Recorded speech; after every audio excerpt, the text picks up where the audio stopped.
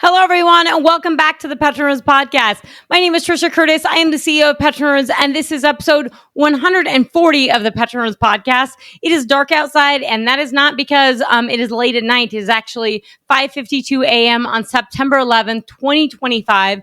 I'm really pumped to do a very short, tight introduction, but it is September 11th, so it is the 24th anniversary of 9/11. There's actually a lot going on in the news. There's always a lot going on in the news, but particularly today, we're getting the CPI or inflation print today. We are going to get a Fed decision next week that's going to have, depending on the CPI print, everyone, the stock market included, is baking in a 25% rate cut. Right now, we also have oil prices about $63 a barrel, and they've been really moving around from 62. They actually dipped down to 61 on the OPEC announcement over the weekend that they were increasing output by 137,000 barrels per day. But we have several things really impacting the stock market is just kind of buoying and continuing to go up and seeing new record highs. But several things are happening in the market. So we continue to see a manhunt going on right now today for the killer of Charlie Kirk political assassination that happened yesterday. There was actually also a shooting at the Evergreen High School in Colorado. So that all happened yesterday. That's ongoing today. That sort of sets a backdrop on the political side. It's very sad and just something going on from the news cycle. Because of that, there's things that you might not be hearing, which is that Belarus is beginning training Russian troops. They're doing drills right this week as we speak. So that's taking place. And then just a couple days ago, you actually had a Russian drones, their incursion into Poland. So it wasn't just one or two. And so at first it could have seen where it was accidental if a couple basically crossed into their territory. But essentially, if you actually look at the map, and I encourage you to Google it, go online and look at what these maps look like, it really does look like they're deep penetration. So it's increasingly clear this was not accidental. You couldn't go that far into Poland without being intentional. And it seems like this is Russia's foray into testing what the resolve is of NATO, right? So if they push into Poland with these drones, several of these were armed drones. NATO did strike down several of these, but there were 19 that went into Poland, and you can see the footage of them. Several of them were struck down. They were armed. Now they didn't actually hit, like they didn't drop bombs or targets or anything, but they still hit things. So those are 19. You have a response by NATO. The response by NATO is to shoot them down, and then Poland is enacting Article 4, which is not Article 5, which is an attack on one is an attack on all, and then you defend. Article 4 is basically get together and let's talk about this. And so really you can look at this as saying this is Putin basically testing and pushing NATO and saying, what are you actually going to do if I do more? You are absolutely seeing a continued escalation and ramp in the missile and drone attacks within Ukraine. We see this, like, if you actually look at the data for the Institute for Study of War, there's a dramatic and continued escalation over the course of July, August, and September, particularly in September, where, just a few days ago over the weekend, we had a massive barrage, 800 missiles and drones that went into Kiev. And so what that does is essentially overwhelms the air defense systems, and then Ukraine cannot respond.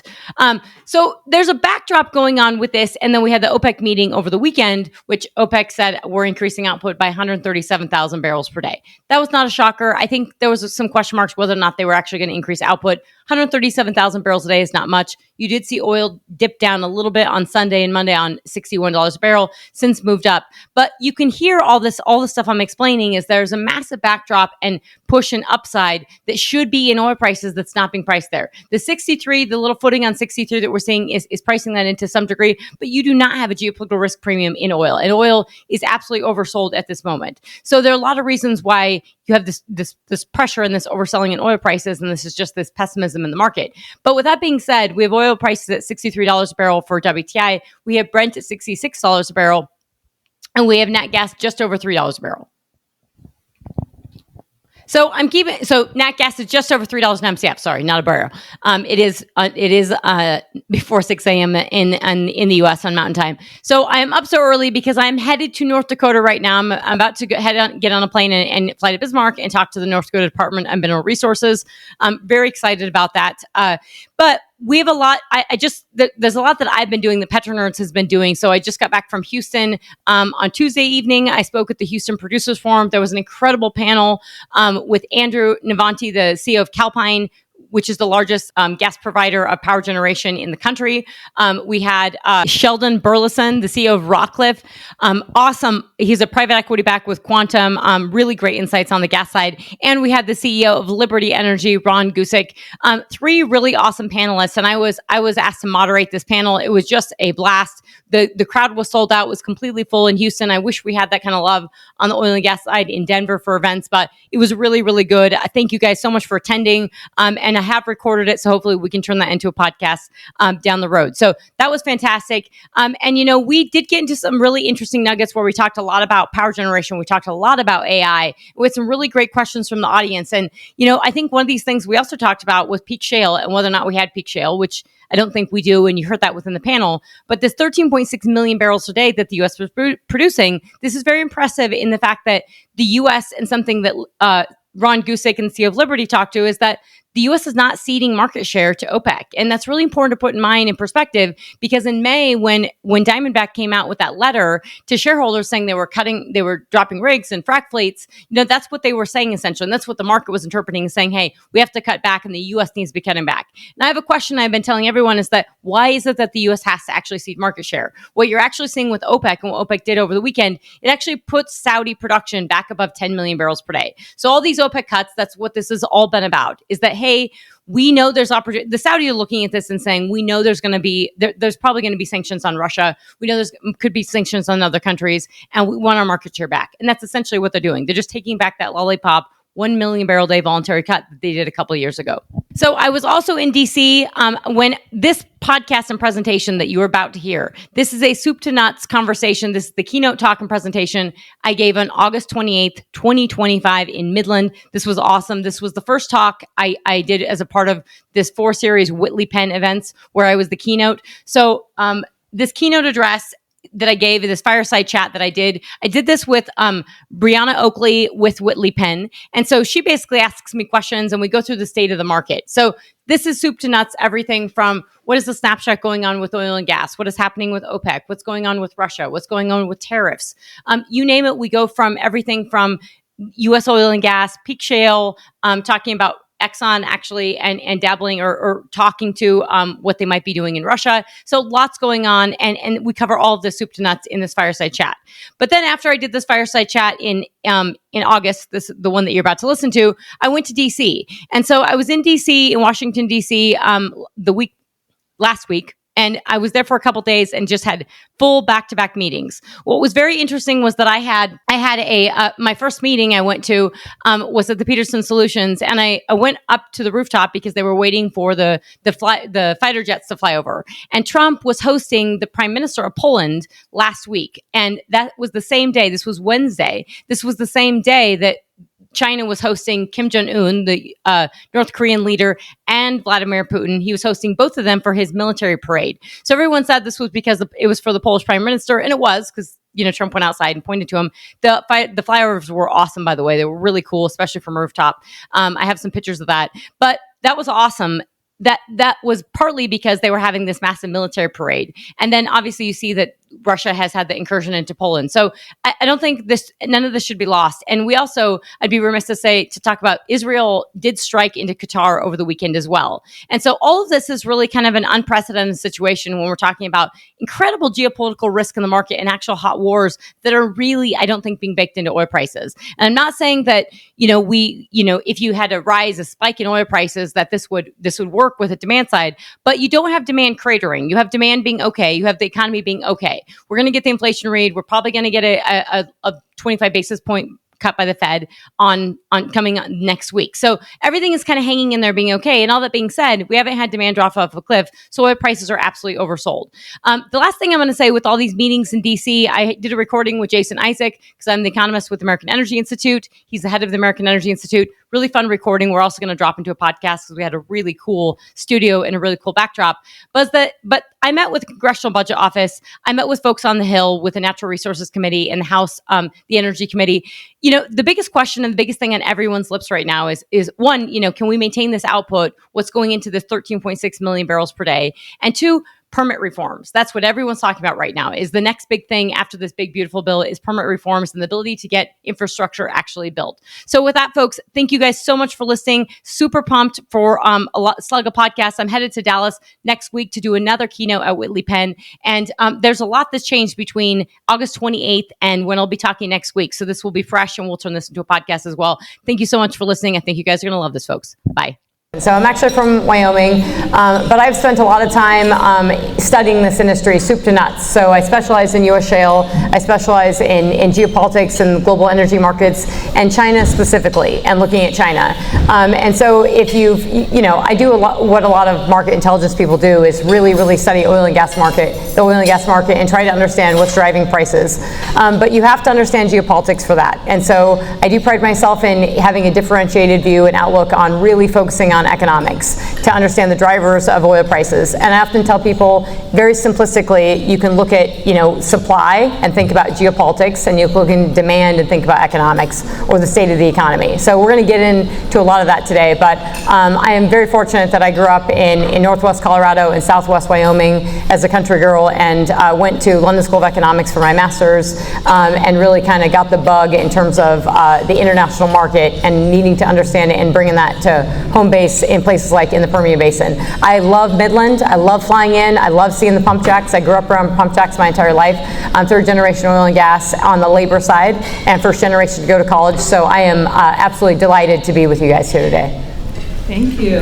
Before we get things kicked off, if you do have the app downloaded, there is an opportunity within the app to upload questions. You'll see me pull my phone out at the end to kind of see. And we'll also be floating around the mics if there's no questions in the app itself to ask questions. So you have plenty of time to ask questions. All right, well, let's get this thing going. You ready? I'm ready. All right, well, I think we should start off and just give a broad view, snapshot of kind of what the market's looking like today. Yeah, I mean, we're at 63 and change for oil. Your sign out here, I love the bank sign. This is the only place in the country where you actually have a bank that instead of just showing the temperature, your bank shows the price for oil. It also shows, it's a little high. It's actually 64 and change, so it's not 64. We're at 63 and change today, but you have the rig count as well. And so right now, the snapshot is, I would say, and we can gauge the temperature. The feeling on the ground is not amazing, right? People are not super excited about oil prices, but $63 and change is being driven by a lot of complexities in the market. We have a lot of unique things happening right now where we have plenty of oil supply in the market. I mean, we're producing 13.5 million barrels per day as of the end of May. Now we're going to see if that data updates basically in 2 days, and we've dropped a little bit in June because this declining rig count and frac fleet that we'll talk about as well. So we have all the supply from the U.S. We have plenty of supply still from Russia. We have plenty of supply from Saudi Arabia. And we don't have amazing economic growth that's like driving and revving oil demand up. It doesn't mean that oil demand's not steady and it's not north of 100 million barrels a day demand. It just means that it's not ripping higher. And so you have those things happening. And then you just have you do have economic weakness in China, which is very, very real. You have a very, very mixed economy in the U.S. right now, as you guys know, because you live it, eat it, and breathe it. And even if you're told that GDP is high and that we're growing, you may not feel that way. We just had the insurance talk, and everyone feels inflation day to day. So all these things are kind of biting, and nowhere more are they biting in the oil space when $63 a barrel, 5 years ago, probably wouldn't have been that bad of an oil price, but $63 a barrel today doesn't quite feel like that. And I definitely see that in the sentiment from the industry of boots on the ground. Folks are not super excited about $63 oil because they've had inflation hit them for the past 5 years, and so it's just not the same. So there's a lot of things happening, and we can get into the economics and the geopolitics of that, but that is your snapshot. Well, what's the snapshot of the natural gas market? Natural gas is good today. I mean, you're pushing almost $3 an MCF today. So natural gas, I don't think anyone had in their bingo card for 2025 a massive drop in the rig count, but a move of 20 rigs going from oil into natural gas. And that's what we've actually seen in the past few weeks. So we finally have we finally have a plateauing of the rigs from the rig count drop. We started this year at under 600 rigs, and we dropped massively in the past few months, but we had 20 rigs flip over to natural gas, and that is because, last year at Henry Hub, we had $2 an MCF natural gas prices. Now, that's not what you, the consumer, were paying, or certainly not what the utility providers were charging people, but that's what you were getting if you were selling it and you were actually getting Henry Hub. It was $2, which is absolute crap. So $3 feels really, really good.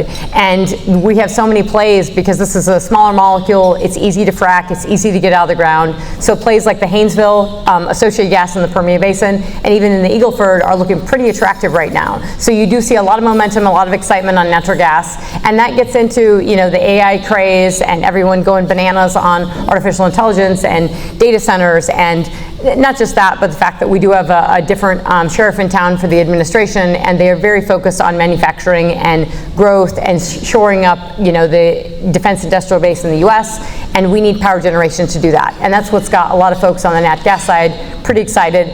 Obviously, there's a lot of meat that we have to unpack within that, but that's the quick snapshot.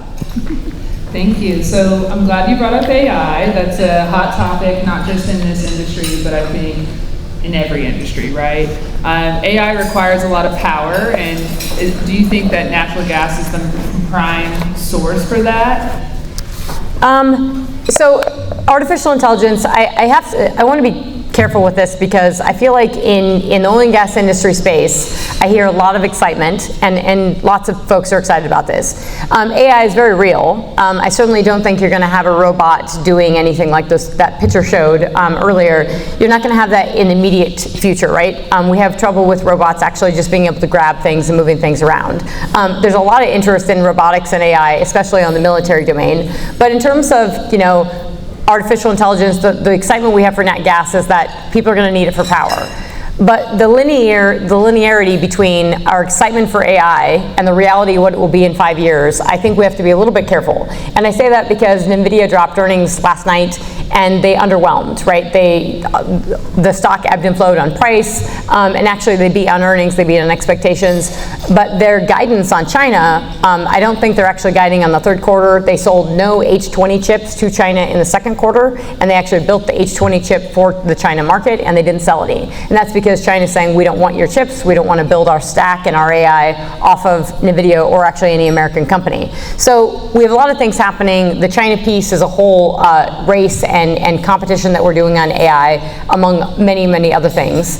And they have a lot of power generation that comes from coal, so they have redundancy in that space. When it comes to ours, and we're thinking about this, think about how you're using it day to day. I mean, we heard from the insurance side the errors that it makes, and it makes plenty of errors. You also are starting to hear that students are actually mad at their teachers because their teachers are no longer reading their papers, they're just dropping them into AI and getting some feedback.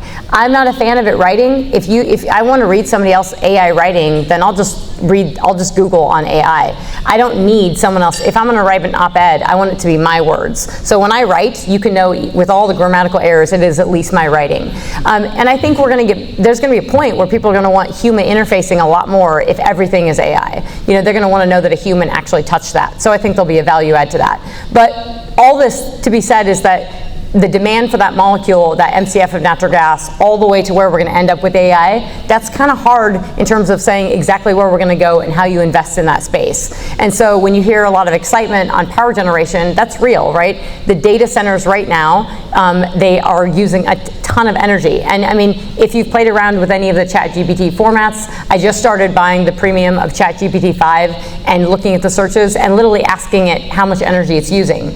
It's using a crap ton of energy, and it takes 10 minutes to get my queries back to me because I'm asking it these hard questions. Now, I hear a lot of people talk about cat videos. I mean, Jiminy Crickets, if that's what we're using AI for, we don't need it for cat videos. But I mean, that's not how they're going to make money, right? If they're not making money on this. So right now, I'm not hearing anyone say, people are paying me for my AI to make them cat videos. I mean, no one's going to pay oodles and poodles of money for that. So we have to be careful with that, and that's why I say, is it linear? People have to make money. So eventually, you as the consumer that's using this is going to have to pay for it in some format. And so right now, I say that's where the hype is. Not that it's not real. It's just in terms of who makes money and who makes the profit, that's going to have to get worked out. And that's why people are likening this to the dot-com bubble, is that not that the internet wasn't very real and that pets.com, yeah, that busted, but we still have Chewy and now everybody's crazy about their pets and everything. So it evolves, but will it look just like it does today? Absolutely not. Because the only use, I see people writing stuff, and I see my nieces are telling me that in school this year, they're not going to be able to write papers at home. They're going to have to handwrite everything in the classroom because the teacher does not want them using AI. I think it's awesome. That means they actually have to use their hand and their brain, and they have to use a pen and paper. I think that's great. But these are serious things because they're worried that their students are no longer going to be able to write papers. And I'm already hearing about this in college classrooms. When I talk to students, they're telling me, they aren't really doing any of the writing. Well, that's kind of going to be a problem if you're asked to think in your job in the future. So, yeah. Sorry, that's a little bit of a tangent. No, you're okay. I do want to ask you, though, I know the investment into AI is high, right? And it's very costly. And the idea is that there's going to, in hopes, reduce long-term costs, right? And you have this boomer generation that is the largest generation in history, and not enough people to replace all those jobs. Do you think AI is going to help in that solution and help these business owners cut down costs potentially in the oil space specifically? So in the oil space, it's interesting. I think you're seeing it in the places that people are most nervous about jobs. And again, we're getting a little bit outside the purview, and we'll bring it back to oil. But it is places like accounting. It is places like where you think the simplistic tasks, right? Most people now that are a proponent of it, obviously, you're looking at OpenAI and all these places, and the leaders of these companies are saying, well, it's making my employees more productive. But you're already seeing in companies like Microsoft where they're laying people off because they're saying we're utilizing what we have. Now the question is that we also have a very, very unique and mixed economy, and so it's not like we're seeing massive layoffs, but we're also not seeing massive hirings. So we have an economy that's hanging in there, and we have jobs sort of hanging in there. Certainly in this space, my Uber driver was just telling me that he had been laid off from a frat company a month and a half ago. That's really real, right? And this space and what it contributes to the economy is a serious, serious thing that we can't underscore or underline enough. But in terms of things like how you could use artificial intelligence and get rid of jobs, yeah, if you think that if you're writing something that's a relatively simplistic task, at some point AI might take over that. But if you have to check it over or something, it's just not there yet. So I'm not worried about taking over tens of thousands of in-person jobs, certainly not in the field. But I am concerned about in terms of the things that we take for granted, or the easy things. And quite frankly, if AI is already taking it over, maybe, and it's that simplistic, maybe we shouldn't be doing it in the first place. Perfect. Well, we're kind of focused strictly on the U.S. markets, but there's a lot going on globally right now, as you guys are all aware. Do you want to kind of touch base on what's currently going on overseas and kind of what the president's doing, tariffs, the ongoing war, trade talks, yada, yada, yada? Yes, there's a lot there. I think we can start with the top of, maybe we'll just go back to the geopolitical question in the beginning and these oil price drivers and make sure we contextualize this for you guys. So it's $63 and change right now. We've got Brent at $67. Just last week we were knocking on the door at $65 a barrel. And so we have these, a couple weeks ago we saw, a few weeks ago we saw $70 a barrel, and then Trump had his meeting with Putin in Alaska. And so immediately prices tanked. And so we've seen incredible volatility in oil prices this year, right? And we really saw that sentiment shift dramatically. We had some pretty negative sentiment in the oil patch on prices in March when folks were realizing that the Trump administration did want lower oil prices, and people threw out 50 handles and people started getting nervous. And so I started seeing and hearing a lot of negative sentiment. And then April 2nd comes around and we have tariff, we have Liberation Day, and the day after that, OPEC announces that they're increasing output. And so that really, put cold water on the market and put cold water on the energy sector. Absolutely today, right now, oil prices are oversold. And I say that, and I caveat this with saying I am not known for being an oil bull. I was not an oil, I was definitely way more bullish out of COVID that we would have an upward trajectory in prices, but I was not on the bandwagon that we're gonna go to 85 and stay there, or we're gonna go to 100 and stay there. The market we have so much oil in the global market that at $85 a barrel, a lot of production comes up. and so you just can't stay there because we have so much production. Also, right now with the economy, we can't support $85 a barrel. It's just too high for the state of the global economy, especially the U.S. economy and the Chinese economy. But that being said, so we have Trump meeting with Putin just a couple weeks ago. That dropped oil prices. The market basically everybody had their finger on the sell button. And you have to realize that traders are driving so much of this volatility, right? So the traders are, you have algorithmic trading, you have computer-driven trading. I can only imagine AI in that space. But we have to remember too that we've had people pull out massively, especially out of WTI trading the actual contracts. Like the paper contract for WTI, West Texas Intermediate, it settles physically in Cushing, Oklahoma, because that's where we have the most of the storage. But the trading for that dropped massively during COVID, and it really hasn't come back. So when you have thinner traded volumes than, say, Brent, you can move the market a little bit. And so right now when we see these $3, $4 swings, that is not supply and demand fundamentals, right? That is simply traders. And traders, I would argue, they're following their gut or they're following the actual move of the market. And that can drive these exacerbated moves. So when Trump met with Putin in Alaska, everybody's saying we're going to have a ceasefire, which we were nowhere close to that. And so everybody is baking this in. The stock market was actually kind of baking it in as well. And so you had a lot of optimistic thinking. And so I don't think you have the day-to-day trader who's super in the weeds on the geopolitics and the supply and demand that's actually happening.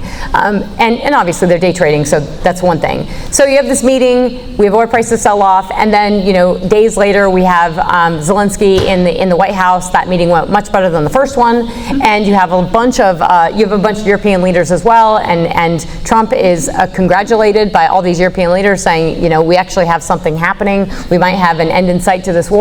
Well, if you follow Putin and you know Russia, we probably don't have an end in sight, because even if they got it, right, they're not agreeing to a ceasefire, so we don't have one yet.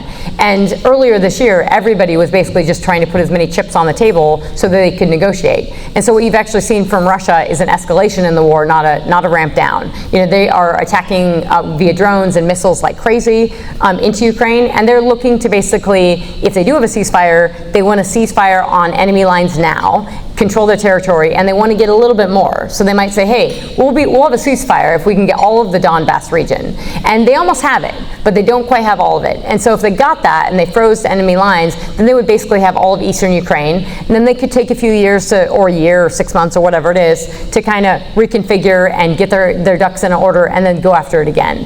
And I think that's a real risk. And I think that the Trump administration they're not stupid about that. They know. And that's why going into this meeting with Putin and Trump, they did the White House and Trump actually downplayed the meeting in terms of a result. There was a lot of criticism from the foreign media for Trump even meeting with Putin, and I just want to harken back to if BBC criticized Trump, if they criticized Hitler and their own situation back in World War II, maybe we wouldn't have been in this situation, because they did a lot of criticism of just this meeting, and this meeting wasn't anything. It was just a meeting, right? Nothing was agreed to, and so now we're in this kind of stalemate. And so I'm happy to take hard questions on that later, but we're in a stalemate with that. So the geopolitical risk premium, it's not high enough, right? Because Russia produces over 10 million barrels per day, or about 10 million barrels per day. They're exporting 2 million barrels a day to India, about 2 million barrels a day to China, probably over 2 million barrels a day each. So we just had 2 days ago, we had tariffs on India go into place at 50%. That excludes some things like pharmaceuticals and autos, and there's different tariffs on those. But 50% essentially went into effect for India. That is because India has not got a good trade deal with the U.S. They had 25%, and then we went ahead and said, hey, we're going to dump another 25% on you because you're buying Russian crude.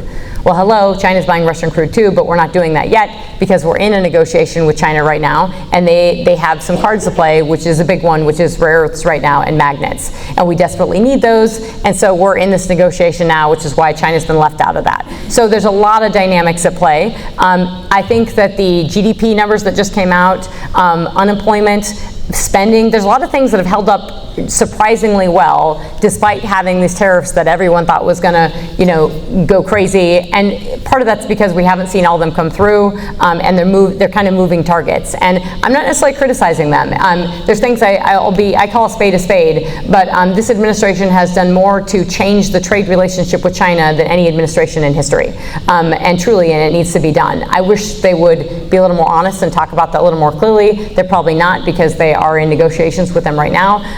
But China is a much bigger adversary and a real threat in the long term than Russia is. And I'm not saying Russia is a friend right now, or we should deal with Putin, but China is the one you need to worry about. In your conversation, you brought up OPEC increasing production, even with kind of flatlined oil prices. Why do you think they're doing that? Yeah, that's a great question. So OPEC, when we say OPEC or OPEC plus, we're really talking about Saudi Arabia. So Saudi Arabia gave the market this lollipop cut a couple of years ago of 1 million barrels a day. And they did this for a number of reasons, right? They sort of made OPEC plus look like they had a lot of continuity. And they could take it, right? It stabilized oil prices, but it was the thing that was holding all this up. So when they took that 1 million barrels a day off the market, Saudi Arabia was just under 9 million barrels a day for production. And so now they're adding these barrels back. It's basically just Saudi saying, I want my market share back, right? It's $60-ish oil prices. They don't really care what oil price. I mean, they care what oil prices are, but they're not horrible, they're not amazing, and they want their market share. And so there's also probably talking with the Trump administration, knowing that there's geopolitical risks, knowing that Russian barrels could come off the market, we might have to sanction those, knowing that Venezuelan barrels could come off the market, knowing that Iranian barrels could come off the market. Interestingly enough, with all the threat of sanctions, we haven't seen Venezuelan, Iranian, or Russian barrels come off the market. And so the Saudis are adding barrels into this. And if I'm the Saudis, I'm looking at this saying, yep, this is a great time. Add the barrels back, take my market share back, because they have ceded a lot of market share to Iran, to Russia. And so they're not saying that out loud, but that's partly what they're doing. Now everybody says this is about U.S. shale and killing U.S. shale. I mean, you're going to have to take prices lower for a lot longer. You're going to have to take them into the 40s. You're going to have to hold them there for a few years. And I don't even think then you kill shale, because then it just comes back when, I mean, you can't keep oil prices that low. You can't keep them low for that long because they rip back. We saw this during COVID. And I would just, if you guys are feeling that feeling, that if you're in the Permian Basin right now and you feel that negative sentiment, I just want to encourage you to realize that we are consuming over 100 million barrels a day of crude oil. And that graph, that chart, if I was to show you, just goes kind of like this. It's steady and it just incrementally rises.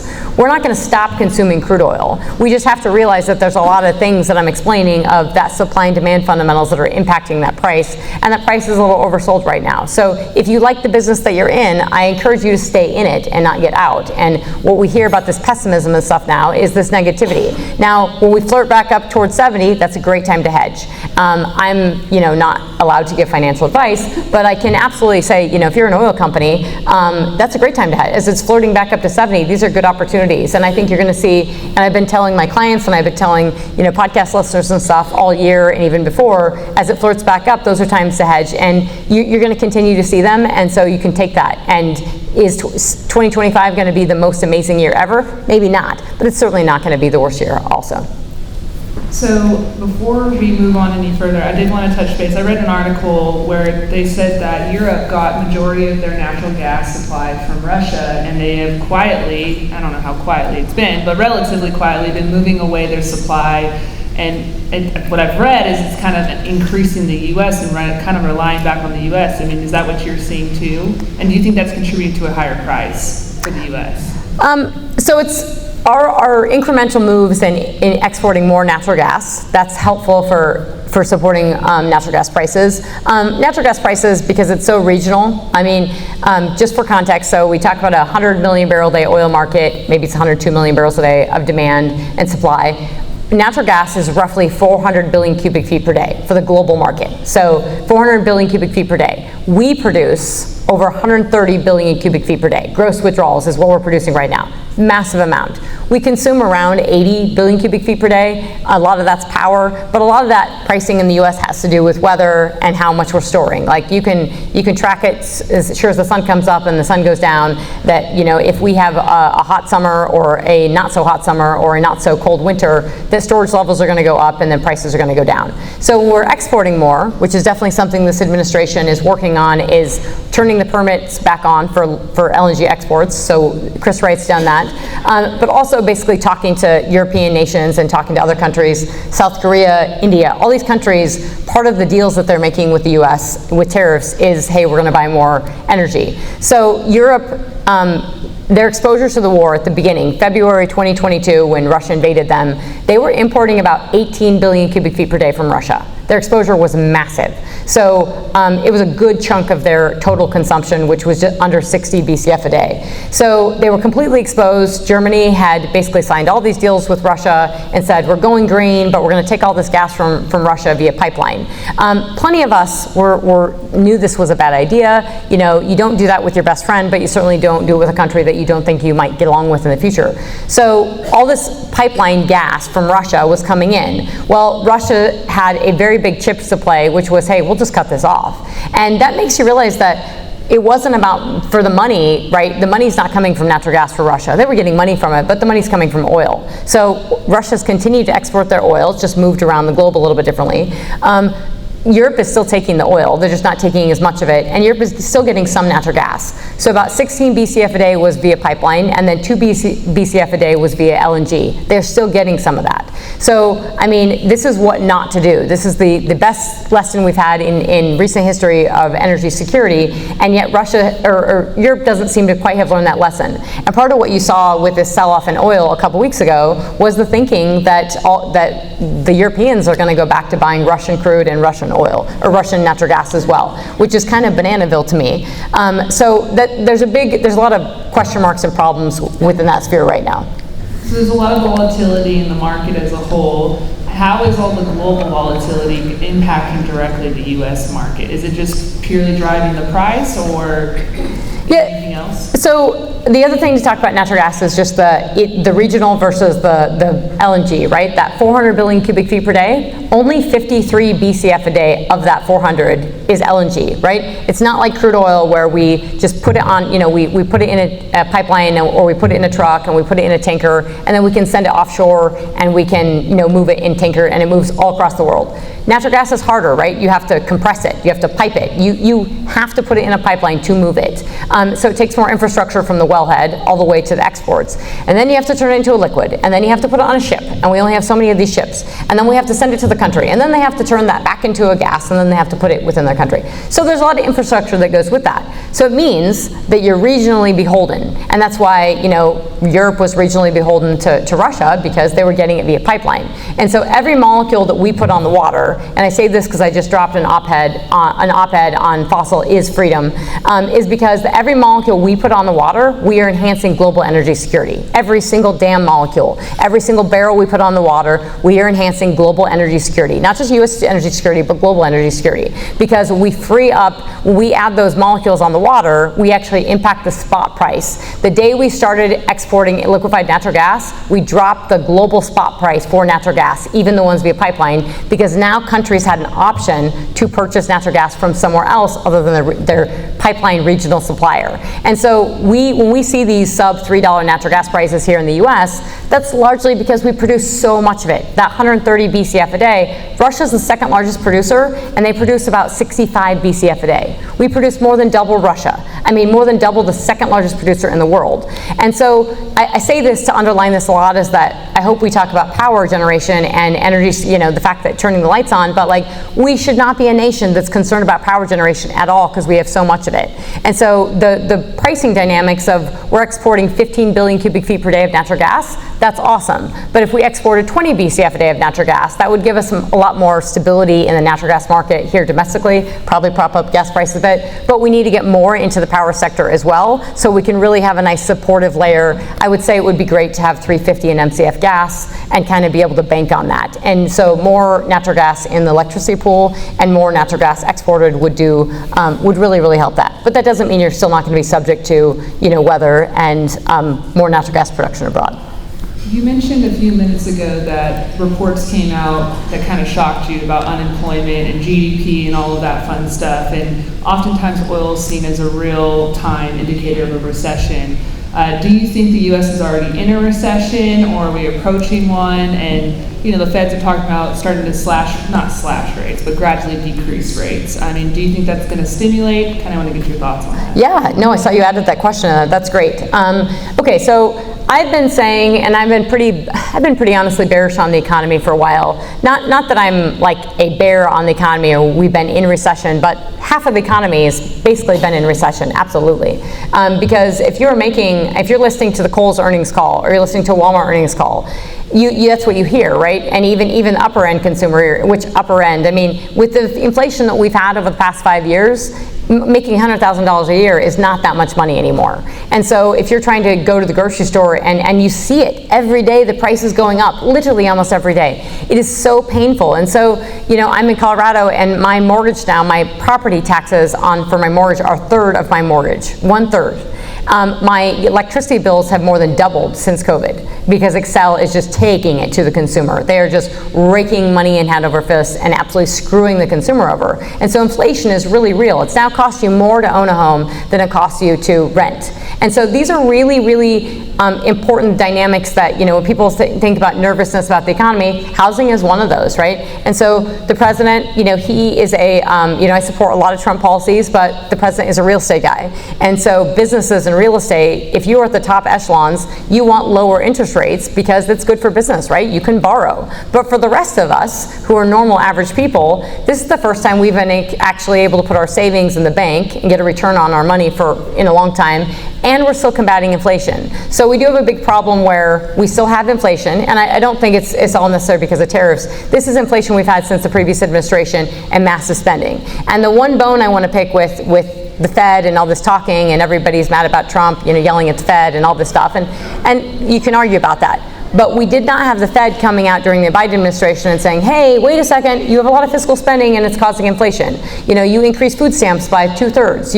You made up all the spending and you let, tens of thousands of people come across the border, and that impacts, pushes on housing and everything. It impacts inflation. Like it or lump it on the policies, it impacts inflation.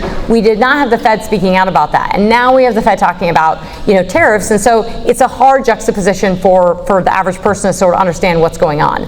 But that all being said, we're basically 4.25% for interest rates.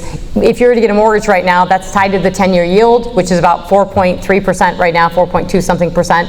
And so, even if the Fed lowers interest rates, which they're probably going to do a quarter point in the next meeting, it's going to lower. It's going to give the signal to the market that they're lowering interest rates, but it's not going to do a whole lot on that 10-year yield. And what happened last fall was the Fed lowered interest rates a massive full percentage point, 1 basis point.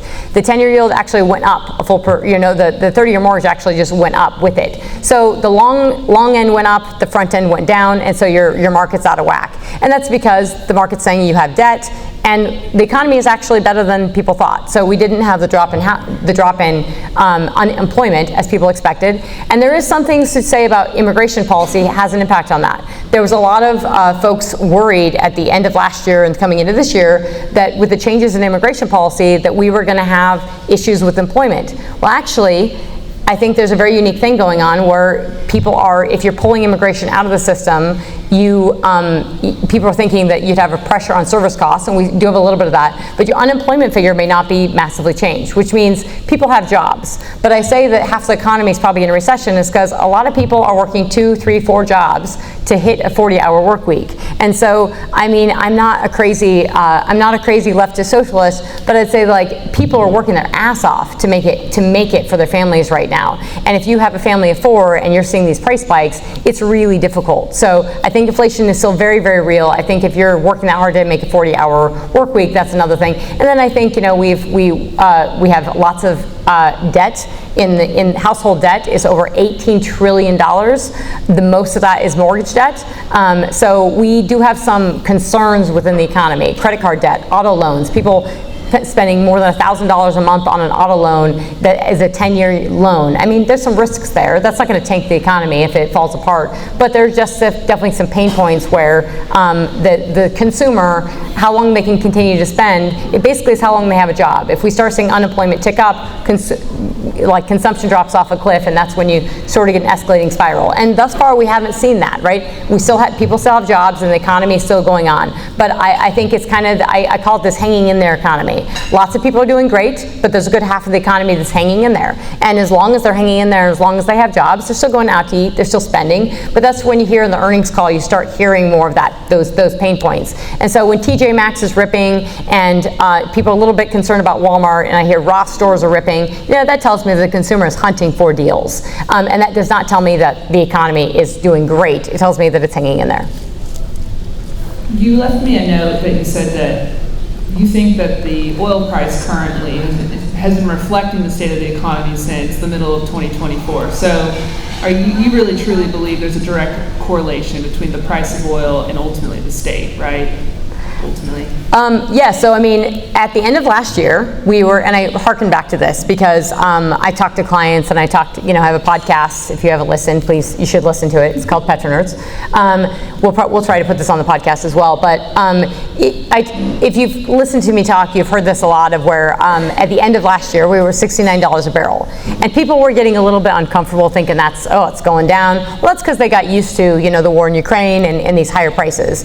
And I will say that, we had natural gas prices at $6.50 on average in 2022. I mean, that was incredible, right? That was like people were wildcatting for nat gas. It's awesome. And then we obviously had to pull back in nat gas. And so all these things obviously impact inflation globally and everything. But then oil's really where demand is, it is kind of backward looking. Like, we don't have clean numbers on demand until a year later. So when I look at 2024 demand that came out from the latest annual data, and it's about 101 million barrels per day, I'm thinking, I follow the Chinese economy closely. We have very transparent data in the US for our consumption of oil and our production of oil.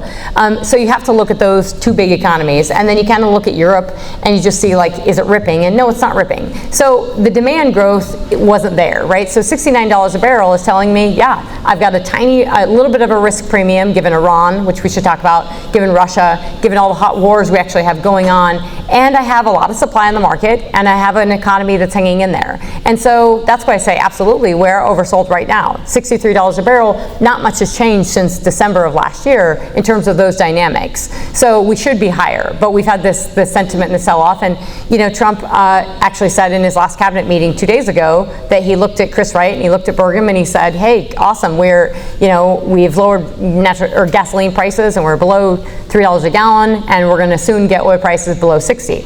Well, that's not what the industry needs to hear. And increasingly, I do think that the oil and gas industry needs to have someone going to Washington and explaining Chris Wright knows this, they know this, but the industry needs to do a better job talking for itself, like the autos do, like every other industry does, of saying, hey, we're with you. We understand you need lower oil prices, but let's talk about 60. 60 is kind of that level, right? And we really would like 65, and we really need stability in oil prices to keep this thing going. And by the way, we contribute a massive amount of jobs to this economy. We contribute a massive amount to the economy.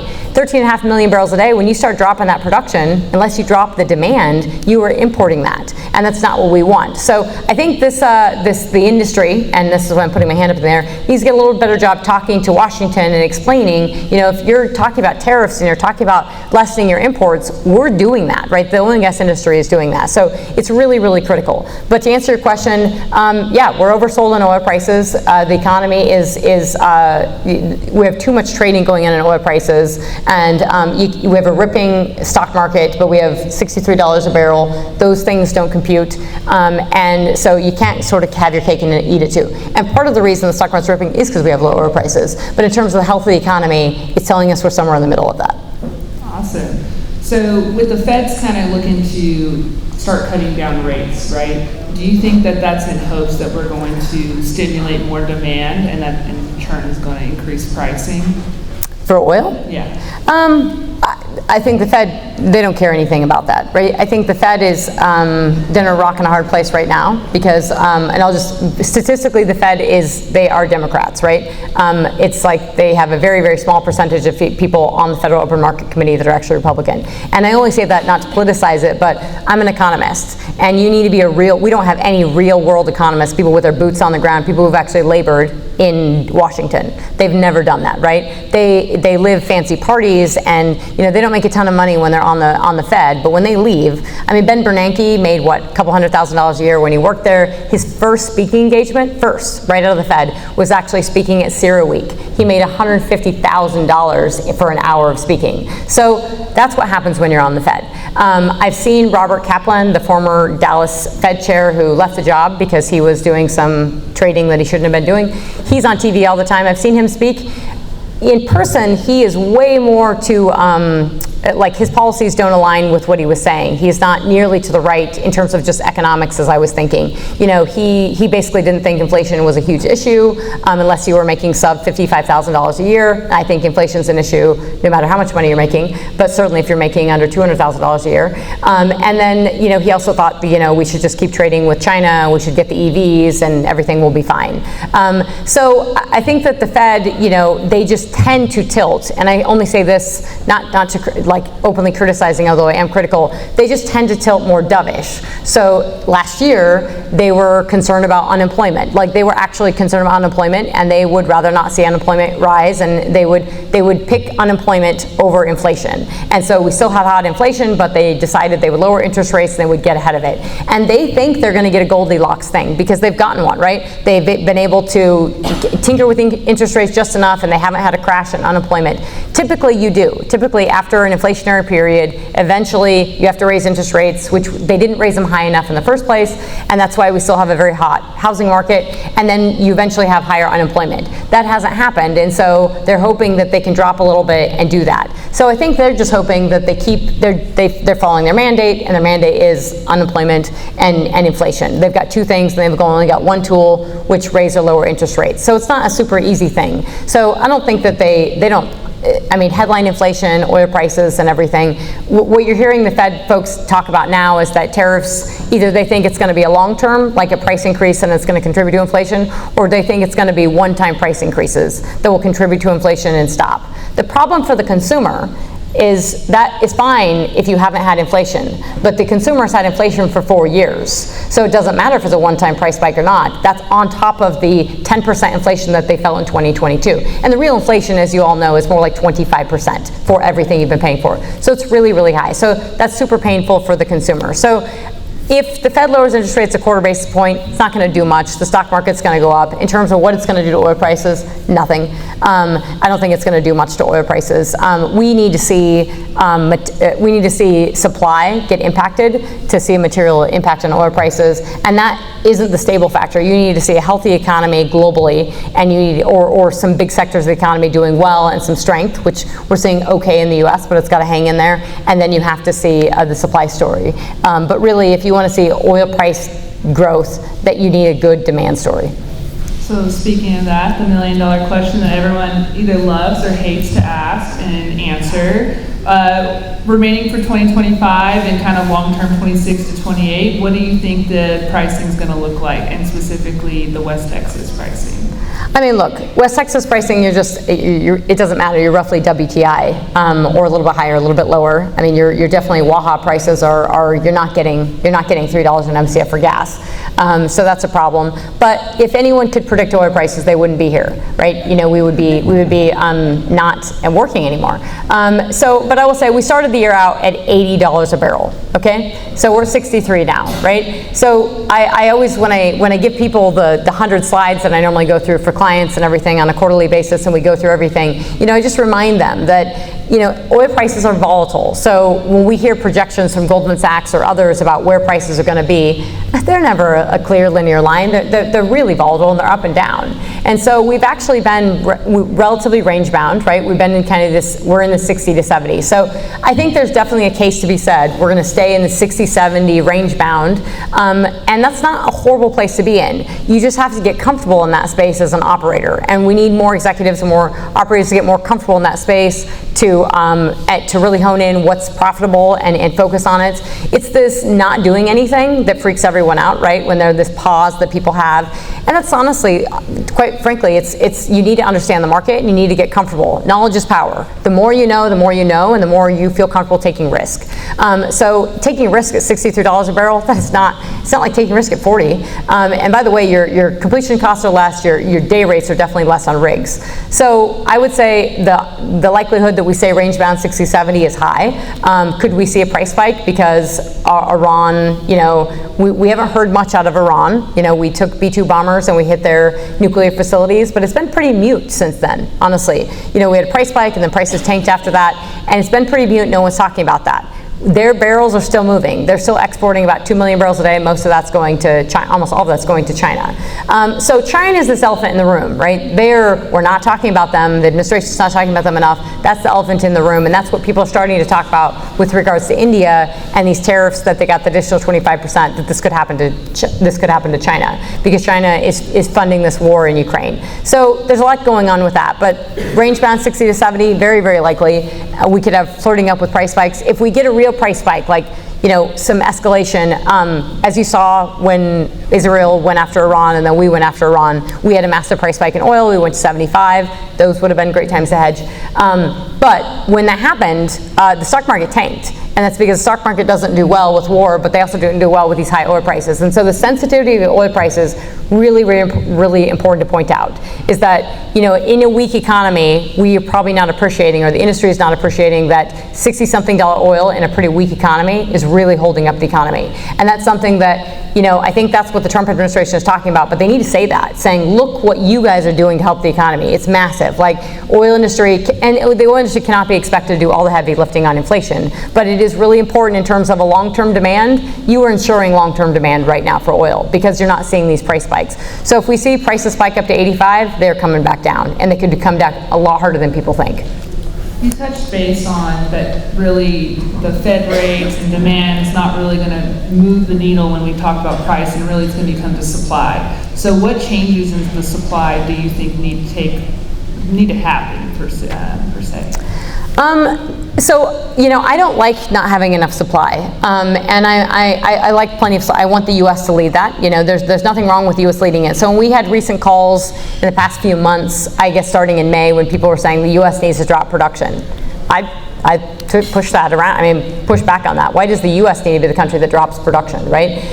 If we drop production, other countries are just going to cede that market share. So, you have to, and you've actually heard that, right? Kazakhstan they don't want to drop output. You've had a lot of folks within OPEC saying they don't want to drop output either. And so there's a risk that OPEC players keep increasing output. And that's what happens, right? You have to be careful if you're Diamondback and you're saying I'm dropping rigs and I'm dropping frac fleets and I'm waiting for prices to go up. Obviously they're talking to it's a shareholder letter and everything, but you have to be careful because countries within OPEC will say, I'm actually increasing output until prices come back up. That's what you've heard smaller countries say. So the supply picture really has to rest on, that's what OPEC's good at. They're good at supply. They're not good at demand, right? And so to have a healthy demand, you have to have healthy pricing. And so I think we have a very, very unique place where we have rising electricity prices, which people did not have in their bingo card, for several years ago. We have escalating electricity prices. We have pretty low oil prices, and we have this muted and muddled and messy economy.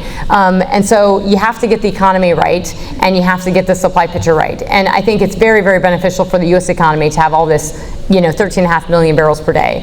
And maybe before we end, somebody should ask about peak shale and get into that a little bit, because that's a super controversial topic.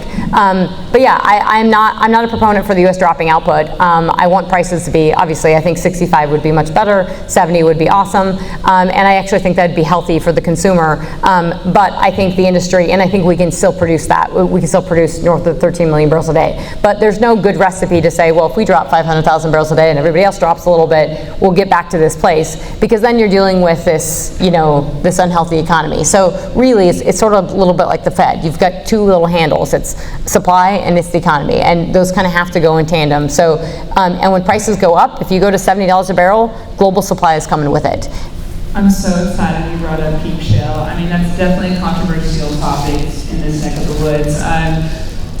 With that being said, do you think we're approaching it, and kind of what's your take on it? So I think peak is the reason why I push back on this is because the word peak This, if you guys remember peak demand for oil, that was a big one in 2020 during COVID, and everyone came out during COVID and said that we had peaked demand. And the problem is I heard peak demand when I was in Saudi Arabia in 2017. Actually, people started talking about it then of, are we at peak demand or should we be concerned about peak demand? And so people were getting a little bit anxious about it then, and a couple years before 2019. And it was interesting because it's not like I heard EOG Resources talking about peak demand in the earnings calls, right? And I didn't hear anybody in the shale patch talk about peak demand, but people globally were starting to talk about it. And that was because the carbon stuff, the worries about CO2, all this stuff was kind of starting within Europe, and then it was coming to New York, and then is percolating everywhere. So we started hearing about peak demand, and the problem I had with that was that when people hear peak, they associate peak and then decline. They think about it like a mountaintop, right? And it's going like this. Peak could be flat and plateau. We have to be plateau shale should be the thing. Could we plateau, right? That's not a cool, sexy word, so no one's going to use it. But maybe butte, could be flat top. I don't know, flat shale, 13.5 million barrels per day. Hello, it's a massive amount of oil production. It's more than any country in the world has ever produced, ever, right? No one's ever touched it. And so we don't hear enough talk about that. And that's interesting. I think the industry needs to reflect on that a little bit, is that what we've done, and this is why if you listen to the last podcast with the CEO of Liberty Energy, Ron Gusick, we talk a lot about this, of pushing back on that peak shale narrative. Higher oil prices will dispute peak shale immediately, but it's also thinking about the rock, right? Tier 1, Tier 2, Tier 3, core acreage. I just was giving a talk in Denver yesterday, and the company asked me, they said something about, okay, well, tell me about Tier 1. And I'm like, okay, we haven't got the entire industry to sit around a table and say, this is Tier 1 acreage, right? Now you can see public companies, if I was to show you the slides I normally show to clients, if you look at a map of the rigs, you see public companies. I always put them in orange, and I put the privates in purple, and you see them very cored up, right? They're in the core of the core, right? They're in the Bakken, they're cored up, and in the Permian, they're cored up. And then you see the purple guys, the private players, they step out. They're outside of that core. And core acreage and Tier 1 or Tier 2, it's often it's very dependent on oil prices, yes, but it's often in the eye of the beholder too. And that's what's awesome about this industry, when we have tons of private operators, which we really need, and we need to encourage that, is because these private operators, they're the ones that step out. They're the ones that responded to oil prices so quickly during COVID. When the big publics were all waiting and sitting on their butts for forever, and they dropped the rigs and they weren't coming back, the privates were off to the races. And they went crazy, and they started, drilling and bringing wells back online. And so we saw that materially. And so these companies are going, and they're moving the needle. And so to be talking about peak shale now, because we've had a little drop in oil prices doesn't really make sense. Now people are concerned about inventory, and that's really where we get with peak shale, is that how much inventory do we have left? And certainly when you talk to operators, they say, okay, of my best wells here, this is how much I have. But if you up to oil prices $5 a barrel, they would say, hey, yeah, I do have more in this, I could drill more here. And then you got to think about time, right? And this is why I say Liberty Energy, I mentioned this, is because if you go back about a year of earnings calls and you listen to Chris Wright talking his earnings call, he would have said, and he did say, we have enough rigs and enough frac fleets to hold production flat. Well, we grew production. So even they had that wrong, and I'm not criticizing them. It's just that we've gotten so good, the horsepower for every frac fleet has increased significantly. It's not quite double, but it's close in some cases. So you don't need as many frac fleets, and you certainly don't need as many rigs. And so as we drop the rigs and drop the frac fleets, we have to be looking at lateral feet drilled and completed, because our lateral length has risen just dramatically. And in the Permian, you guys are just annihilating it. I mean, in Midland, you see wells on average in the Midland Basin at 13,000 foot. Now that doesn't seem like a lot, but that's an extra 3,000 foot per lateral foot that we didn't have before. So that extra 3,000 feet, when I'm completing that and I'm getting production from that and I'm holding that up, that's what's holding this production up. So I think we have to be very, very careful about peak shale and thinking, 5 years ago, nobody was thinking we would drill 4-mile long laterals and that we would be getting as much production out of the toe of that well. And I would bet that 5 years from now, we will be better about getting production from the toe of that well than we are now. And so all these little incremental moves and incremental gains add up collectively to make a material difference in terms of production. So is it peak wells? Is it peak shale? Is it peak production? And then we haven't even got into, okay, prices are high enough, so I have some acreage that I didn't think, it doesn't work now, might work 65, might work at 70, might work great at 75, obviously. And then what about secondary recovery? What about refracs? We're not refracking now because we still have plenty of wells left to drill. So when you start hearing everyone talk about refracs because they're running out of acreage, that's when you know they're running out of acreage, and we can start talking about peak shale. But even then, I'd be careful with that because we will be wrong, because I think that what the rock gives us and what this industry does, you push this industry and you push them hard and it sucks and it doesn't feel good. Now I'm third generation and I know booms and busts and it doesn't feel great, but wow, does this industry respond. I mean, the response and the ingenuity and the pushback and like, yep, we will get more, we will figure this out. And I think we have to be, at the world, and certainly Saudi Arabia, they've learned it the hard way, is that, killing U.S. shale is not a good bet, right? And killing this industry just isn't a good bet. So I think that's it's a bullish way to think about, is prices. I'm not bullish necessarily on prices going to 85 and staying there, but I'm very, very bullish on the capability of this industry to make money and to do well, even in a slightly lower oil price scenario, but also in terms of maintaining output. Thank you. I think we're getting close on time, so I want to go ahead and open the floor to questions. We got a couple in the chat. I'll give you one in the chat, and then we'll go ahead and float around a mic to people who have questions.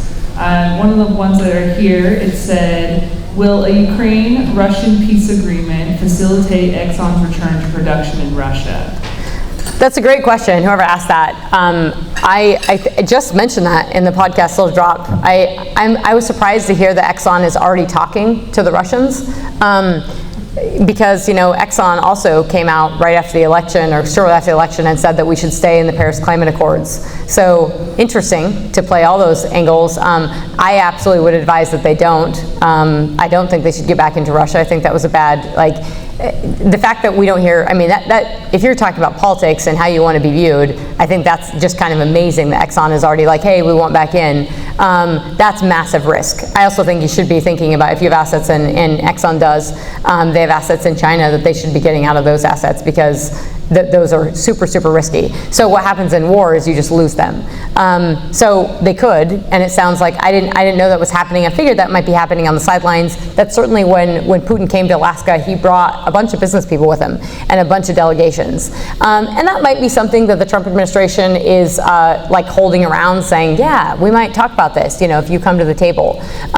But that risk is really high. It's just kind of amazing with the sanctions we've had put on Russia since 2014. And I've been invited to Russia to speak and can't, right? Obviously because of the sanctions. And so, and I know that if you're talking to folks in the oil space, Exxon couldn't do a lot as well. And then obviously when you actually have a war happen, you lose your assets, right? Starbucks is no longer Starbucks in Russia, right? They own those assets. You have $21 billion worth of planes that were on the tarmac the day that Russia invaded Ukraine. Talk about insurance, that was a fun one. When I was in London at Lloyd's, that was something that they did not want to talk about, because who's going to pay for that, right? Is that, when Russia invaded Ukraine, they had all these planes on the tarmac, and they were not insured for this war.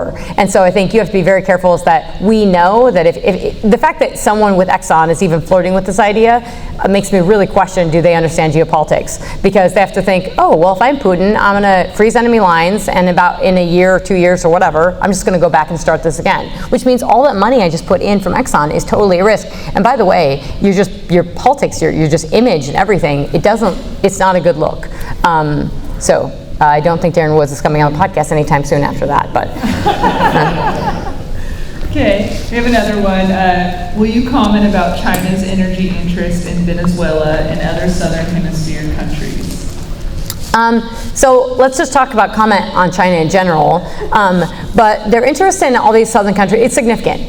China has a really big presence within Latin America, within South America. Pretty significant presence. They're very, very close with Cuba. They're very, very close with Venezuela. They're very, very close with Brazil. And so this is the Latin America developing world. It's a very easy place for China to penetrate, because these countries need to do trade with them, because these countries are rich in natural resources. So early on in the 90s, China went out and was securing a lot of things just like oil, right?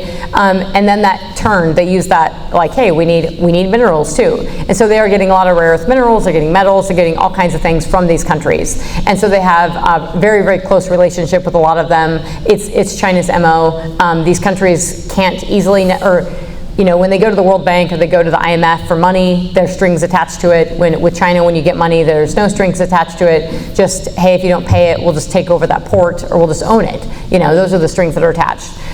So lots of developing countries end up doing business with China. So this administration has noted it. I think Rubio's noted it. The influence of China within Latin America is pretty significant. Hasn't been addressed. It just hasn't been addressed in general of that incredible influence. But it's big. And this is the problem we have really in dealing with China, is that their trade ties with all these countries is so massive. Their trade ties with us is so massive, right? We depend on them for so many cheap products. The cheap products is probably easier to get around. It's the expensive ones, right? And that's what China's been doing over the course of 40 years is moving from the cheap stuff to the more expensive stuff to make it really difficult to detangle those ties. And so it gets tricky with all these smaller developing countries, and I don't say developing in a derogatory framework of, they're just not developed nations, that it gets really tricky because they are dependent on China for trade. But it's even trickier now, and it's a problem for these countries because as we stop taking the cheap crap from China's dumping it on these countries.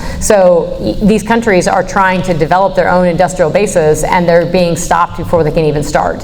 And that is China's MO, right? They like to decimate competition before it can get off the ground. That is how they compete. They don't compete to win on a profit. They compete to put you out of business. And so for these developing countries who thought China was their friend, they're being really screwed right now because China's dumping all the EVs and the wind turbines and the solar panels and every other thing you can think of into their economies, and it's already hurting them. So when we talk about tariffs, which we haven't talked about much, but when you think about tariffs and you think about, we are putting on tariffs for other countries, this is because we've had no tariffs, right? We're the only country in the world that doesn't have tariffs. Every other country has tariffs. We're just the biggest economy in the world, so now everybody's feeling it like crazy. And I'm not saying it's the perfect way to do it, but the reality that we had none, like 2%, and everybody Brazil has a 25% tariff on steel. They put that tariff on steel because China was dumping steel into their country. And China's very close with Brazil. But Brazil was like, hey, we're going to lose our steel market if we don't put this tariff up. So they put the tariff up. This is just something, a natural course of action that countries do. I don't know if you saw today, the EU said they might drop all their tariffs on the US if they can get some better deals on us to lower tariffs on some autos and things. So it's a very, very interesting thing. And basically, it's a massive trade negotiation that the administration is doing with all these countries to get a better trade deal and try to get more of U.S. goods out. At least the GDP figure also showed that we were exporting a lot more. And that makes sense. I'm not saying it's a perfect way to do it, but it does make sense. You put tariffs up, you say we're not going to buy your stuff, all of a sudden they're freaking out and they want to start buying our stuff. That is the one thing that happened when China entered the World Trade Organization and we started doing all kinds of trade with them. Within 2 years, we lost half of our manufacturing base, right? And we started purchasing everything from China and we lost our ability at home. And so the thread and continuity you hear within the executive orders from this administration is the defense industrial base. And this is why people are pretty bullish on nat gas and power generation, is because you have to fuel that defense industrial base. You have to it's not just bringing manufacturing jobs back, it's trying to stem the decommissioning of all the manufacturing and also make sure that we have a manufacturing platform for the future. Well, thank you. You provided a great insight onto the global market and how it trickles down into the U.S. as well. We are out of time. Well, so thank you for being here with us. And yeah, we'll move on to our next speaker. Awesome. Thank you, guys.